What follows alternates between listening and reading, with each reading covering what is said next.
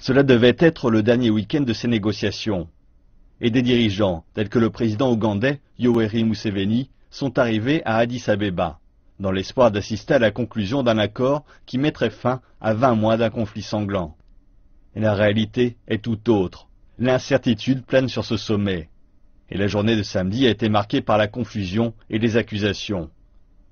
Le président sud-soudanais, Salva Kiir, ne viendra pas. Et son gouvernement s'en prend à l'IGAD, un groupement régional qui pousse à la paix depuis 20 mois.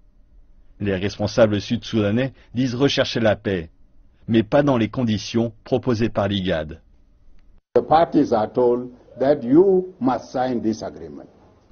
Les parties se voient dire qu'elles doivent signer cet accord. Le verbe devoir ne fait pas partie du langage de la médiation. Ce n'est pas un langage de paix, c'est un langage que nous ne voulons pas voir utilisé.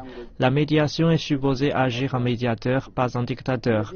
La manière dont nous voyons la médiation, la manière dont ils conduisent cette médiation est en quelque sorte anormale. L'IGAD et les Nations Unies ont menacé de prendre des sanctions si un accord n'était pas trouvé d'ici le 17 août.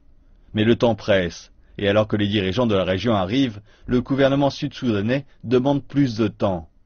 Le chef des négociateurs de l'IGAD insiste quant à lui sur le respect de la date butoir. Ce que la médiation dit est que nous les avons écoutés pendant ces 20 derniers mois. Ils répètent la même chose. Ils parlent en boucle. La population sud-soudanaise ne veut pas voir ce cercle vicieux se poursuivre. Ce cercle vicieux doit être brisé.